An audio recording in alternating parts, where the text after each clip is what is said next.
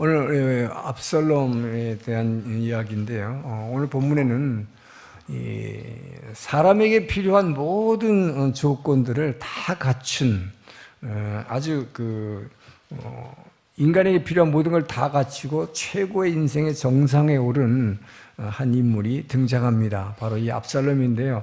다윗 왕의 셋째 아들입니다. 근데 이 다윗 왕의 셋째 아들 압살롬은 정말 인간이 갖출 수 있는 모든 좋은 조건을 다 갖추고 물론 반란에 의해서 왕까지 됐지만 최고의 자리까지 올라갔지만 그의 인생의 종말은 아주 비참했습니다. 그 사람이 그렇게 이스라엘에서 굉장히 유명했던 것은 머리털이 굉장히 이렇게 길었던 사람, 머리를 굉장히 길게 늘린 사람이었어요. 그래서 아주 풍성한 머리털과 그리고 너무나 잘생겼어요, 남자가. 그래서 이 외모, 이 아주 이스라엘에서 가장 뛰어난 외모를 가진 사람입니다. 그래서 이렇게 준수한 압살롬은 사실은 태어날 때부터 축복받은 사람이죠. 거기다가 이 사람은 그런 외형적인 축복만 받은 것이 아니라 이스라엘 백성들의 마음을 사는 아주 좋은 언변의 기술을 가졌어요. 그리고 정치적인 재능도 있었던 것입니다. 그렇기 때문에 아버지 다윗 왕은 아들이 많이 있었지만 그 중에서 셋째 아들인 이 압살롬을 아주 사랑했어요. 굉장히 사랑했어요. 반란을 일으켜서 자기 아버지를 죽이려 하는 건데도 끝까지 그 압살롬만큼은 죽이지 말아달라고 자기 군대 장관한테 명령할 정도로 압살롬을 사랑하는 것입니다. 그리고 군대 장관 요압, 다윗의 군대 장관 요압도 차기 왕은 다윗 왕에 이어서 차기 왕은 압살롬이다. 이렇게 아주 단정할 정도로 그는 아주 완벽한 아주 정말 멋있는 사람이고 또한 정치인이었습니다. 그런데 문제는 이 사람이 결국은 그것 때문에 그것을 믿고 반란을 일으켜서 아버지 다윗을 쫓아내고 완전히 정권을 장악하고 아버지를 죽이려 했죠. 그런데 그것을 진압하는 요압 장군의 군대와 싸울 때에 나귀를 타고, 그 당시에 이 가장 높은 사람은 나귀를 탔어요. 이 나귀를 탔는데 나귀를 타고 가다가 자기가 가장 자랑하고 있는 이 풍성한 머리털, 이 머리칼이 나무 가지에 걸린 것입니다. 그러니까 밑에 있던 나귀는 쏙 빠져나가고 대롱대롱 매달려 있는 순간 요압 장군이 와서 그냥 죽여버렸어요.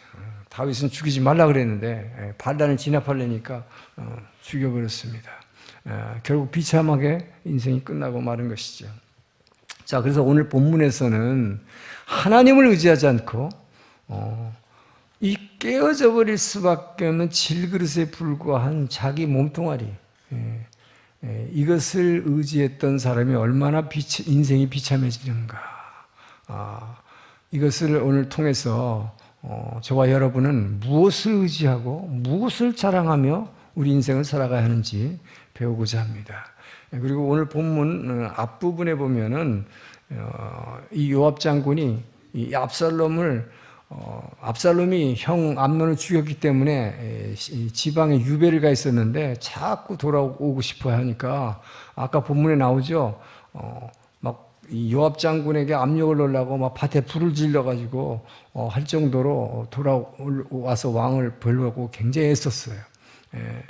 그래서 그 오게 하려고 요압 장군이 압살롬을 도와주기 위해서 두고아에 있는 한 과부를 동원해서 다윗에게 이 비유를 통해서 설득을 합니다. 왜 압살롬을 용서해줘서 예루살렘에 돌아와야 되는지. 근데 오늘 이 두 가지 본문 내용을 통해서 우리가 사람을 설득하고 누구를 충고할 때 어떤 관점에서 말해야 하는가, 이 두 가지를 오늘 배우기로 하겠습니다. 먼저 25절, 26절 말씀 한번 다시 읽겠습니다. 25절 시작. 온 이스라엘 가운데서 압살롬같이 아름다움으로 크게 칭찬받는 자가 없었으니 그는 발바닥부터 정수리까지 그의 머리털이 무거움으로 연말마다 깎았으며 그의 머리털을 깎을 때 그것을 달아본즉 그의 머리털이 왕의 저울로 200세겔이었더라. 자, 여기서 메시지는 우리는 눈에 보이는 이 깨질 수밖에 없는 질그릇, 이 질그릇을 의지할 게 아니라 이 안에 담겨진 보물인 하나님만을 의지해야 한다 하는 것이 오늘 본문의 메시지입니다. 그리고 그 하나님만을 내 안에 있는 이 그릇이 중요한 거예요. 이 그릇 안에 담겨 있는 예수 그리스도, 그분만을 자랑하시기를 지금 축원합니다. 자, 압살롬은 이스라엘에서 가장 외모가 뛰어난 사람이고 아주 완벽한 미남이었어요. 아마 이렇게 잘생겼기 때문에 그가 반란을 일으켰을 때 많은 사람들이 막 이렇게 박수 쳤는지 몰라요. 저런 사람 같으면 왕이 될 만하다. 외모를 보면 그러니까. 굉장히 인기 있는, 당시 인기 모노였다 하는 것을 알 수가 있죠. 근데 특히 이 압살롬의 이 매력 포인트, 그를 그렇게 사람들이 좋아하고 최고로 잘생긴 사람이라고 인정해 주는 것은 바로 그 긴 머리털이었는데, 당시 유대인들의 남자에게 있어서는 이 머리털을 길게 늘리면은 이것이 바로 힘의 상징이요, 부의 상징이요, 그 사람의 이 권력과 지위를 상징하는 거였기 때문에 남자들이 그런 권력 있는 사람들은 대개 다 이렇게 머리를 길게 길렀다고 그래요. 그래서 이렇게 길게 길렀는데 1년에 한 번 이거를 자르는데 그 무게가 어느 정도였냐? 200세겔이라고 그러니까 오늘날로 말하면 약 4.5kg. 그리고 4.5kg, 쌀 한 가마 정도 돼요. 엄청난 무게예요. 그러니까 얼마나 이 치렁치렁한 머리를 이렇게 자랑하고 다녔는지를 알 수가 있습니다. 더군다나 역사가인 그 요세푸스에 의하면 당시 유대인 귀족들은 이 머리를 길게 길러서 늘어뜨린 다음에 여기다가 올리브 기름을 팍 바르고 여기다가 금가루를 뿌렸다고 그래요. 치장하기 위해서. 그러니까 이 압살롬이 그러고 다니면 얼마나 멋있었겠어요. 결국 그는 그 당시에 부와 명예와 권세와 지위를 다 갖추고, 인간이 당시에 원하는, 인간이 소유하고 누릴 수 있는 모든 것을 다 갖춘 그런 완벽한 걸 갖춘 그런 사람이었다 하는 것입니다. 자, 그런데 문제는 그가 그렇게 인간적으로 보면 갖춰야 될 모든 걸 다 갖췄지만 그에게는 치명적인 약점이 하나 있었다. 뭘까요? 특히 유대인으로서, 이스라엘 백성으로서 그는 하나님을 경외하지 않는 자였다는 것입니다. 성경 어디에도 압살롬이 한 번도 하나님께 예배드렸다는 기록이 없어요. 그가 바른 신앙생활을 했다는 기록이 하나도 없습니다. 나쁜 얘기만 나와요. 그는 하나님을 떠났다. 그는 하나님에게 등을 돌렸다. 이런 얘기만 나온다 하는 것이죠. 자, 이런 사람들의 특징이 뭘까요, 여러분? 자기가 너무 잘생겼어요. 너무 완벽한 인간적인 조건을 갖췄어. 이걸 의지하고 이걸 자랑하다 보니까 하나님이 안 보이는 거죠. 이런 사람들의 특징이 뭐냐? 굉장히 교만합니다. 그죠? 교만하죠. 아주 프라이드가 굉장히 강해요. 그리고 욕심과 탐욕이 아주 많은 그런 사람이었다 하는 것이죠. 그럼 그가 의지했던 게 뭘까요? 바로 자기 이 머리털, 이것만 보면 막 사람들이 다 그냥 넘어져, 그냥. 근데 이거 뭐예요, 결국은? 이 외모, 인간의 이게 외모라고 하는 것은, 이 몸뚱아리라고 하는 것은 정말 연약해서 툭 치면 깨지는 거예요. 여러분, 가다가 자동차 툭 쳐봐요. 그냥 깨져버리는 질그릇이잖아요. 그리고 이것은 그냥 두면 어떻게 돼요? 결국 썩어서 없어질 질그릇이에요. 이것을 자랑하고 이것을 의지하고 그렇게 거만하게 이렇게 살았던 사람이다 하는 것이죠.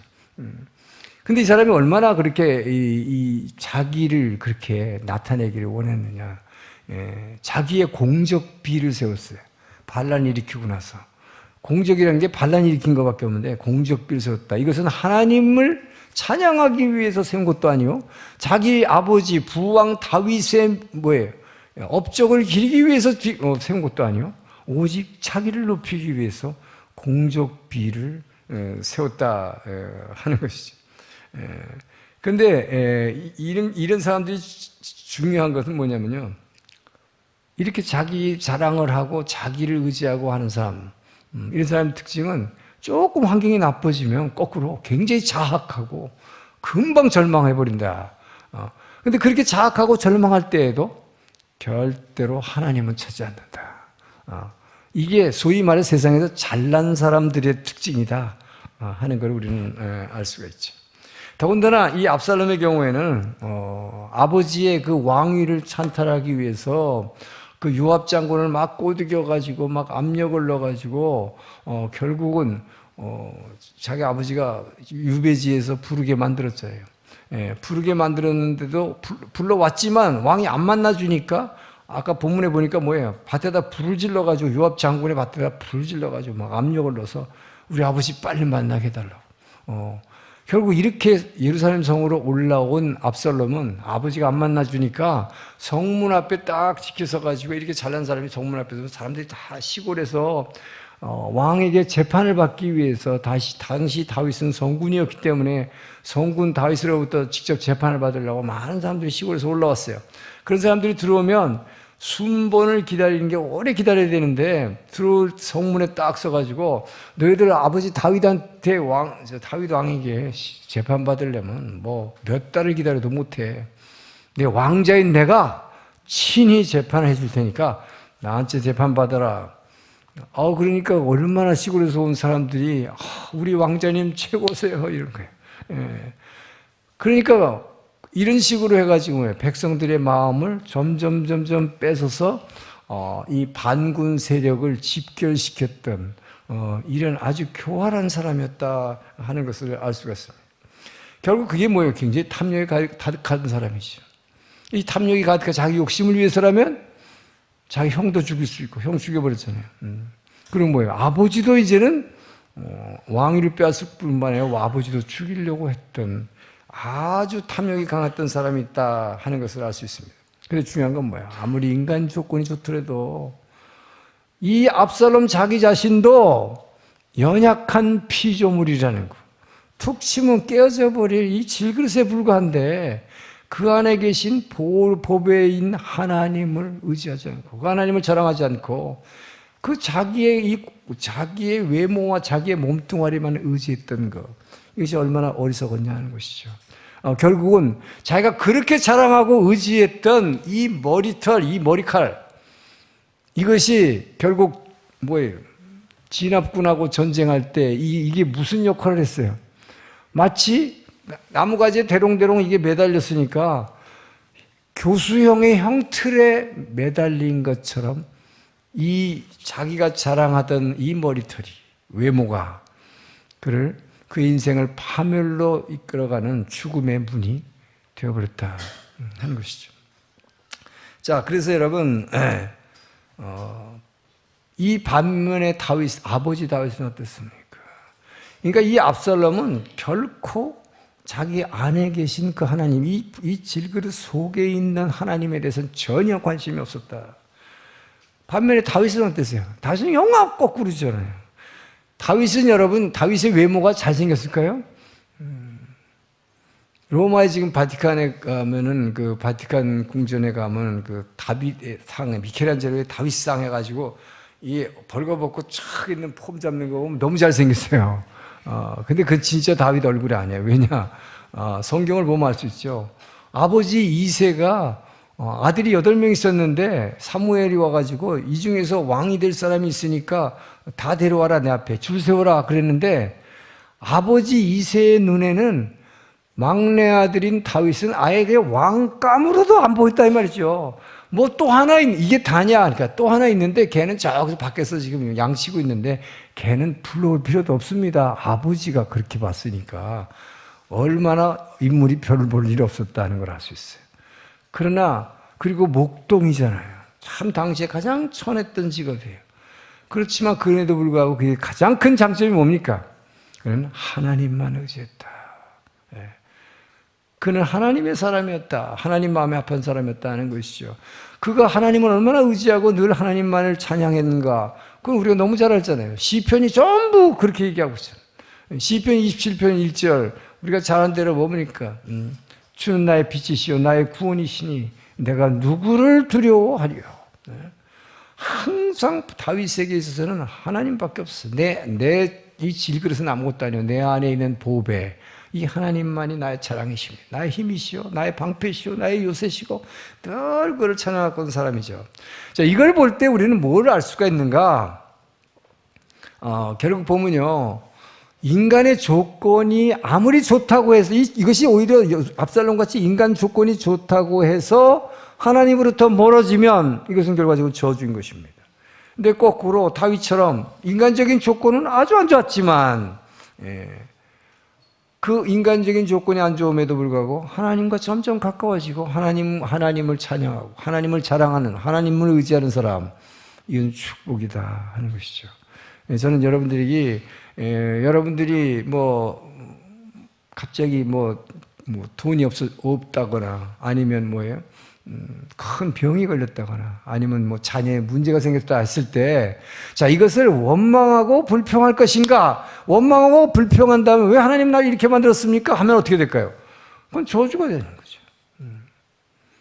그런데 오히려 이런 어려움이 닥쳤을 때에 이것을 통해서 오히려 주님께 더 가까이 나가고 주님을 부르짖고 주님 나를 도와주세요. 이렇게 주님을 의지하고 주님을 만나게 되면 이 이상 축복이 어디 있겠습니까?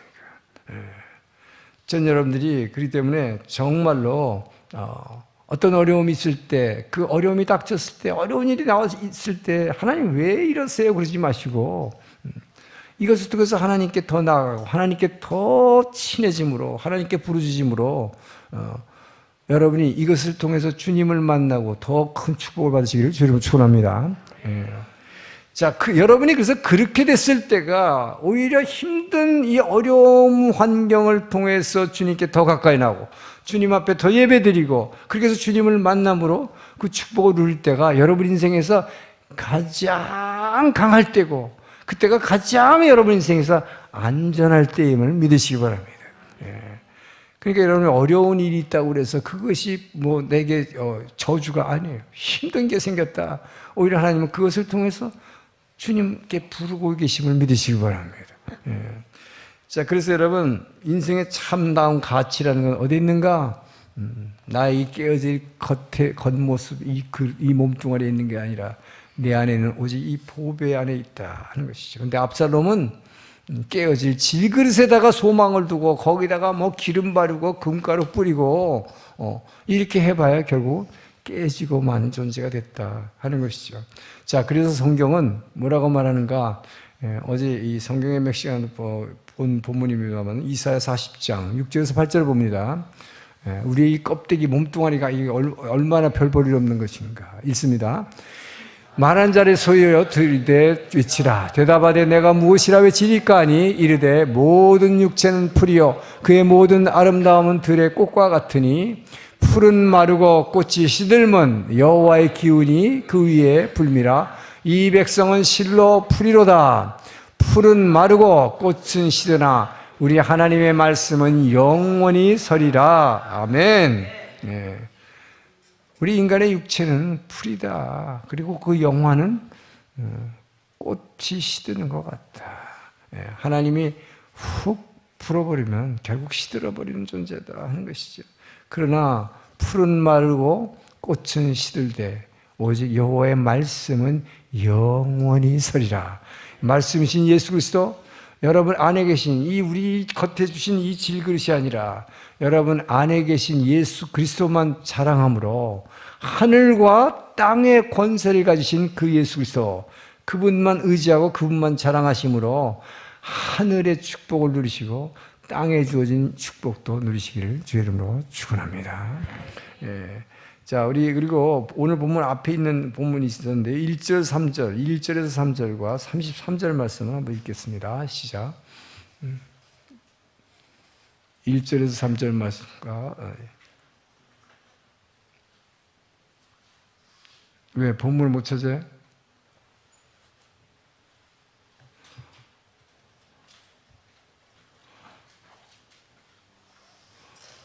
제가 읽을게요. 자, 1절에서 3절. 스루야의 아들 요압이 왕의 마음이 압살롬에게 향하는 줄 알고 드고아에 보내어 거기서 슬기 있는 여인 하나를 데려다가 이르되 청컨대 너는 상주된 것처럼 상복을 입고 기름을 바르지 말고 죽은 사람을 위하여 오래 슬퍼하는 여인과 같이 하고 왕께 들어가서 여차여차히 말하라고 할 말을 그 입에 집어넣어주니라.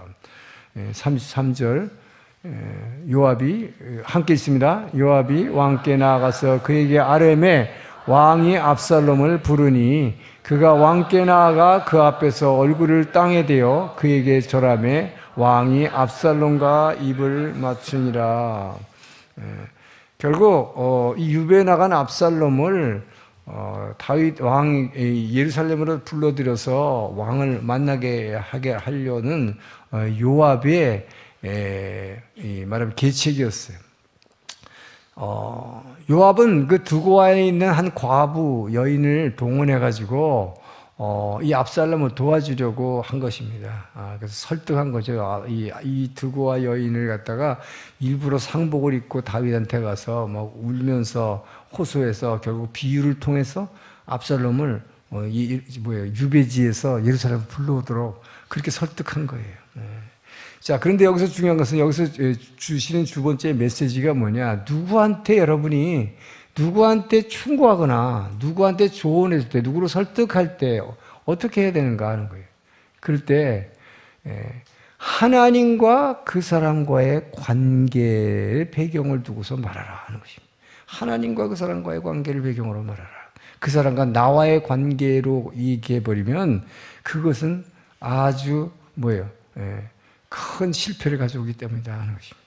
자, 여러분 우리가 기억하는 대로 나단 선지자가 다윗이 밧세바와 간음했을 때 자기 죄를 자백하도록 하기 위해서 뭘 사용했어요? 비유를 사용했어요. 나단 선지자는 다윗을 회개시키기 위해서 비유를 사용했고, 또 요압 장군도 다윗을 설득시키기 위해서 비유를 사용했어요. 왜? 다윗이 자기 아들의 형을 죽여버린 살인자인데 그 죄를 눈 감아주라고, 그래서 다시 데려오라고 설득하려고 둘 다 비유를 사용했어요. 자, 그렇지만 그 결과는 정반대였습니다. 선지자 나단이 사용한 비유를 통해서 그 결과는 뭐예요? 다윗은 자기의 죄를 회개했어요. 자백했죠. 그런데 요압 장군이 한 이 설득, 이 드고와 여인을 통해 비유를 통해서 한 이 설득의 결과는 뭐입니까? 아들의 죄를 눈 감아 버렸다 하는 것이죠. 죄를 회개하게 한 게 아니라 눈 감아 준 거죠. 그래서 올라오게 한 거죠, 결국. 왜 이렇게 결과가 다를까 하는 것입니다. 그것을 요압 장군은 어떤 입장에서 설득을 했는가?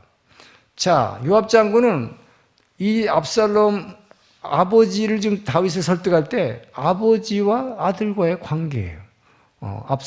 그러니까 아버지에게 호소한 것이, 그죠? 이 오약고 관계에 호소한 거예요. 부모 자식 관계. 그리고 또 하나는 뭘까요? 제일 중요한 건 압살롬과 자기와의 관계예요. 이 압살롬이 분명히 자기 왕이 될 게 분명하거든, 요압 장군의 눈에 볼 때는. 그때 자기가 이득을 얻기 위해서 이렇게 뭡니까? 오약고 관계, 그러니까 부자 관계를 이용하고 그 다음에 자기와 그 사람과의 관계에서 얻을 이득을 생각해서 그 측면에서 설득했다. 그 반면에 나단 선지자는 어떻게 설득했어요? 바로 그 다윗과 하나님과의 관계라는 이 측면에서 설득했다. 이것이 다르다 하는 것입니다. 누군가에게 여러분이 충고하거나 설득을 할 때 그 사람과 나와의 관계에서 하지 말라는 거예요. 그 사람과 하나님과의 관계에서 설득을 할 때 그것이 선한 결과를 가져온다 하는 것이 오늘 본문의 메시지인 거죠. 그래서 여러분들이 누구한테 얘기할 때는, 설득하거나 충고할 때는 반드시 그 사람과 나와의 관계가 아니에요. 그 사람과 하나님의 관계의 입장에서 설득을 해라 하는 것입니다. 근데 여러분들이 사람들하고 대화할 때 어떻게 돼요? 대화할 때는 항상 그 사람과 나와의 관계 속에서 얘기를 해요. 그렇게 되면 어떻게 될까요? 항상 그 사람과 나와의 관계 가운데서 얘기하면요, 인간이라는 건 반드시 은연중에 자기한테 유리하게 얘기하고 있어요. 누구를 도와준다고 충고를 하든지 아니면 설득을 하든지 항상 보면 결과적으로는 뭐야? 자기의 유리한 방향으로 하고 있다. 그건 인간이면 누구나 그렇게 될 수밖에 없다 하는 것입니다. 그러니까 예를 들면 여러분들이 자녀들에게 얘기할 때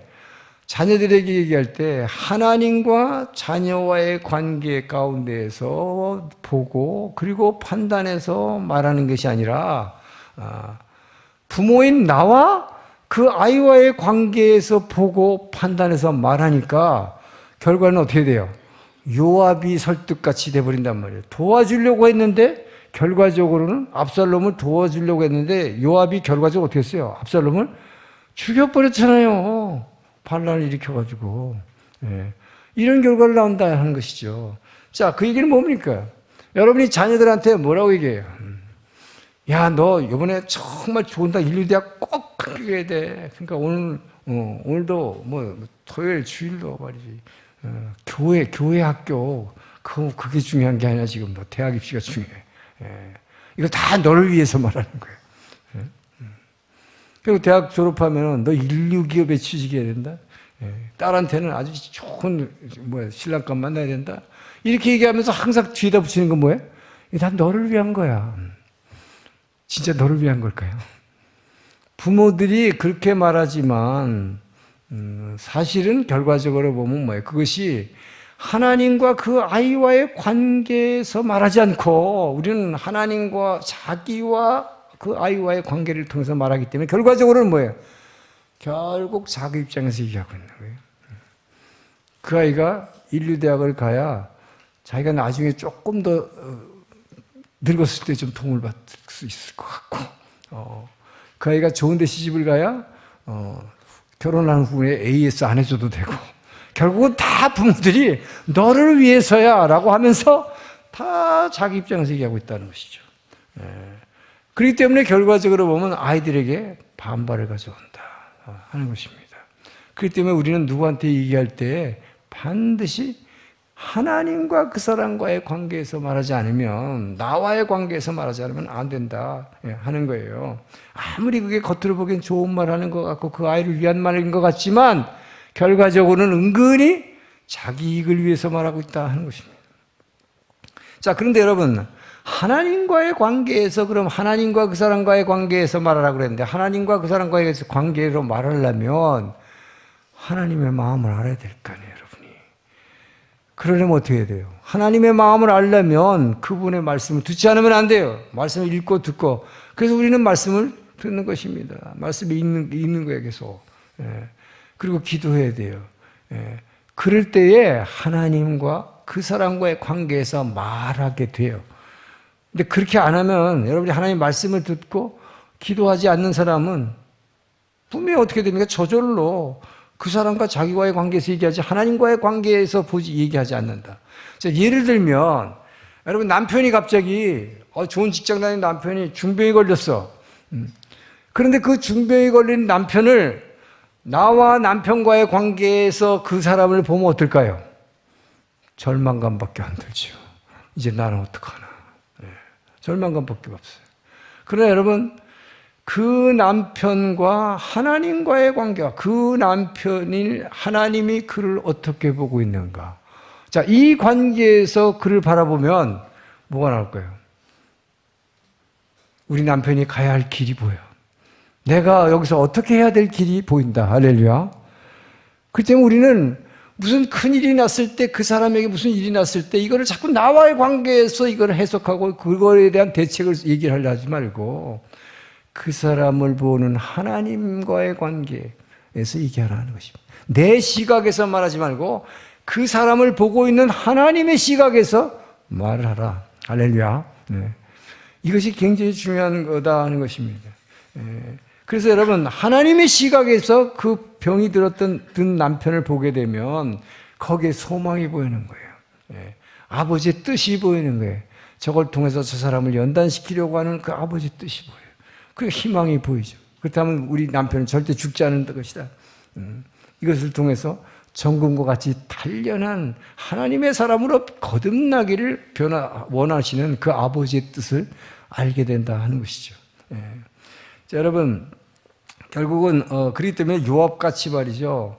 요압은 이 들어와 있는 과부를 통해서 다윗 왕을 설득시킬 때 사실은 아무도 감히 압살롬에 대해서 압살롬을 유배지에서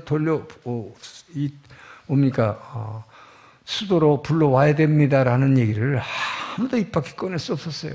근데 용기를 내서 자기는 압살롬 자기 딴에는 뭐야? 도와준다고 한 거죠. 왜 도와주려고 했을까요? 아까도 얘기했지만 그거 자기 왕이 될 게 분명하니까 이득 보려고 한 거죠. 근데 그렇게 했지만 결과적으로는 어떻게 했어요? 압살롬을 죽여버리는 결과를 나왔단 말이죠. 죽여버리는 결과를 나와서 결과적으로 어떻게 되느냐? 다윗은 암만 반란을 일으켰지만 그 압살롬을 너무 사랑했기 때문에 압살롬 절대 죽이지 말라고 그랬는데 요압이 죽여버렸잖아요. 요압의 미움을 사게 돼요. 다윗 왕의 미움을 사서 요압은 사실 평생을 쫓아다니면서 이 광야 시절부터 다윗에게 가장 충성된 장군이었는데 마지막에 가면은 이 솔로몬이 왕 되기 직전에 아도니아라는 그 아들 편에 서가지고 다윗을 배반합니다. 결국은 뭐예요? 도와줄래다가 그 압살롬을 도와서 자기가 이익 볼래다가 결과적으로 어떻게 됐어요? 자기도 엄청난 불행을 자초하게 된다 한 것이죠. 결국은 뭐예요? 하나님과의 관계에서 말하지 않고 자기와 그 사람과에서 관계면 그 결과는 반드시 파탄을 불러온다 하는 것이 오늘 이 메시지다 하는 것입니다. 오늘 그래서 이 본문에 나오는 요압 장군이나 압살롬 왕자 그리고 이 드고와 여인 이 사람들은 세 사람 다 보면 굉장히 세상적으로는 지혜 있는 사람이죠. 지혜 있는 사람이니까 말을 굉장히 잘했어. 설득을 잘했어. 그렇지만 이 지혜를 가지고 이 사람은 어떻게 썼느냐? 이 지혜를 어디다 썼어요? 자기 목적을 위해서, 자기 유익을 위해서 결과적으로는 뭐예요? 불의를 마음대로 행했던 사람들이 이 사람들. 그래서 성경은 뭐라고 얘기합니까? 너희는 위로부터 난 지혜를 추구하라. 그렇게 말합니다. 이 위로부터 난 지혜. 자, 이것을 누가 얘기하냐? 야고보가 얘기합니다. 여러분, 야고보가 누굴까요? 야고보는 예수님의 동생이에요. 예수님의 동생 야고보는 예수님 살아계실 때는 예수님 미쳤다고 생각했던 사람이에요. 정신 나갔다고 생각했던 사람이에요. 그래서 자기 어머니 마리아까지 끌고 가서 예수님이 집회하고 있는데 지금 막 설교하고 있는데 사람들 시켜가지고 우리 형 빨리 불러놔. 우리 형 이게 돌았다고. 자기가 막 하나님이라고 그런다고. 이랬던 사람이에요. 그런데 부활하신 주님이 야고보를 만났다. 사도행전에 보면 부활하신 주님이 야고보를 만나고 나서 이 동생은 완전히 헷가닥 표현한 거예요. 우리 형이 말하는 것은 사람의 지혜로 말하는 것이 아니라 위로부터 오는 지혜로 말하는 사람이었다. 결국 그는 그리스도시요 살아계신 하나님의 아들이라는 것을 고백하게 되는 것입니다. 언제요? 부활하신 주님을 만났을 때. 저는 그래서 여러분들이 정말 진짜 부활하신 주님을 만나기를 주님을 축원합니다. 그래서 지난번 우리 김성노 목사님 불러다가 집회한 거예요. 부활하신 주님이 얼마나 중요한가 하는 거예요. 부활 신앙이 중요하다. 자, 이렇게 부활 신앙을 가진 사람은 위로부터 난 지혜를 가지고 말하게 된다. 야고보 3장 17절 봅니다. 함께 읽습니다. 시작. 오직 위로부터 난 지혜는 첫째 성결하고 다음에 화평하고 관용하고 양순하며 긍휼과 선한 열매가 가득하고 편견과 거짓이 없나니.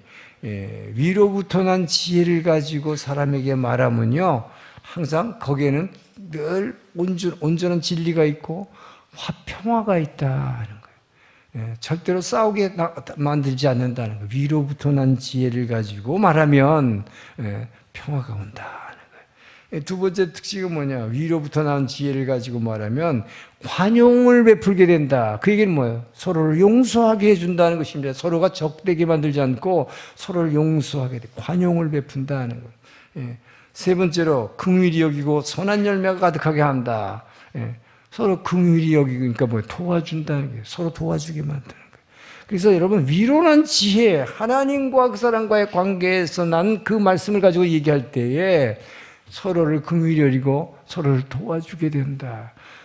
저는 여러분들께서 누구한테 얘기할 때 지금 이런 식으로 그 결과가 평화를 가져오고 화평을 가져오고 또 서로가 용서하게 하고 또 서로에게 긍휼히 여기서 서로 도와줄 수 있도록 이렇게 사람들을 설득하고 조언하기를 주님 축원합니다. 자, 그래서 이 위로부터 난 지혜, 자, 이 위로부터 난 지혜는 누구한테 주어질까요? 야고보처럼 부활하신 주님을 만난 사람.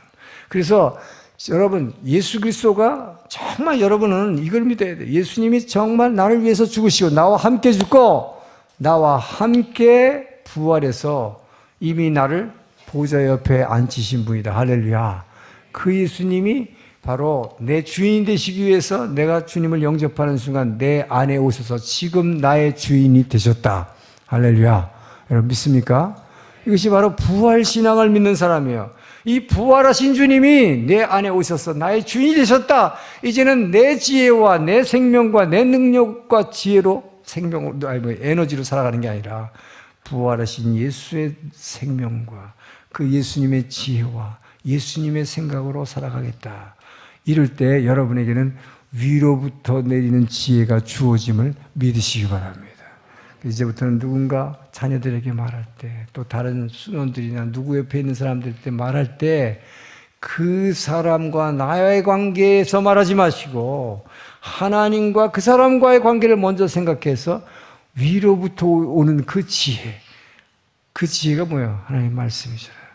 이 하나님의 말씀에 입각해서 이제 누구에게 충고하고 설득함으로 모든 사람들, 주변에 있는 사람들에게 평화가 찾아오고 서로 화해하게 하고 서로 긍휼히 여기는 이런 아름다운 천국이 여러분 주변에 이루어지기를 주의 이름으로 축원합니다.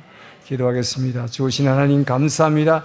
아버지, 오늘 압살롬을 통해서 주시는 우리 교훈을 통해서 주님, 우리가 어떻게 해야 될지, 내 이 썩어질 질그릇, 이 아무것도 아닌 몸뚱아리야 내게 주신 이 모든 축복들, 이것을 의지하고 자랑할 것이 아니라 내 안에 계신 보배이신 예수 그리스도만이 나의 자랑이요, 나의 생명이요, 나의 구원되심을 믿고 의지하는 자 될 수 있도록 도와주시옵소서. 그리고 우리가 어떤 경우에도 누구에게 말할 때 나와 그 사람의 관계가 아니라 하나님과 그 사람의 관계에서 위로부터 오는 지혜로 말할 수 있도록 주여 위로부터 오는 지혜를 허락하여 주시옵소서. 감사하며 예수님 이름으로 기도합니다. 아멘. 일어나서 봉헌 찬양하겠습니다.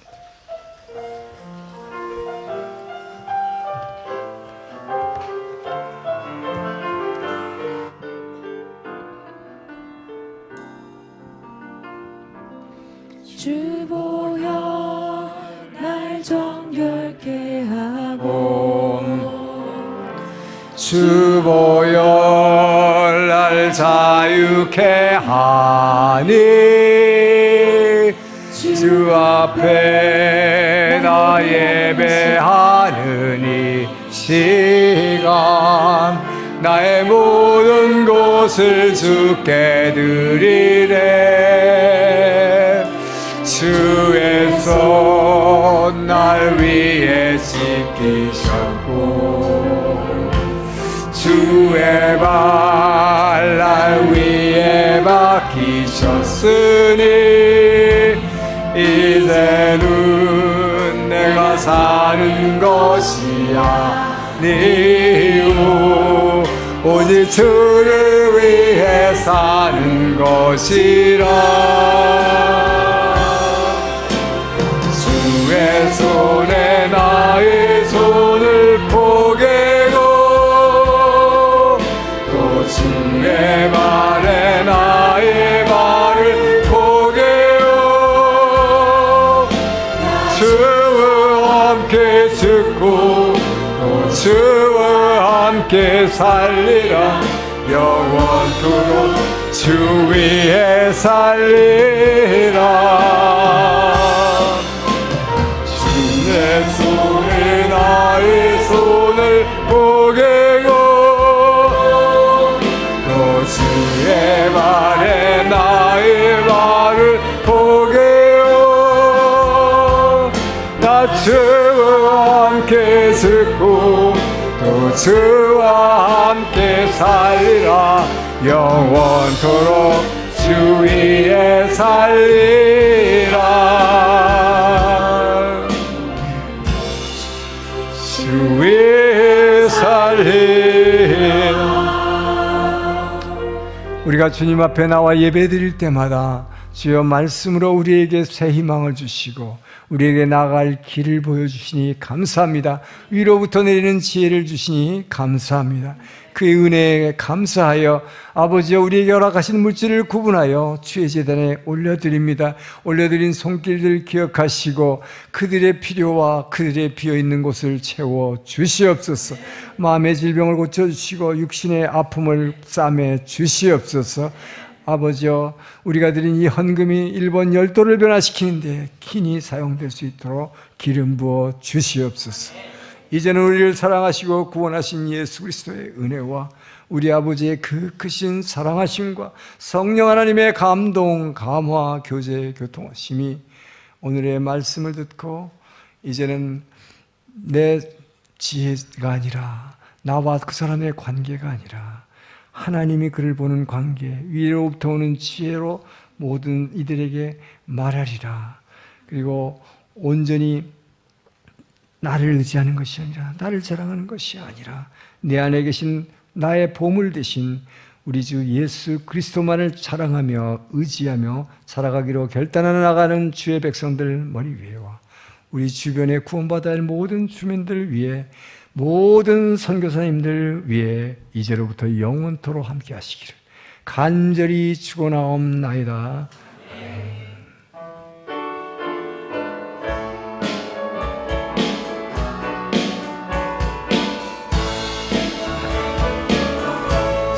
살아계신 주 나의 참된 소망 걱정 근심 전혀 없네 사랑의 전에 갈 길은 너니 내 모든 삶의 기쁨 늘 충만하네. 우리 주님께 감사와 영광의 박수 올려드립니다.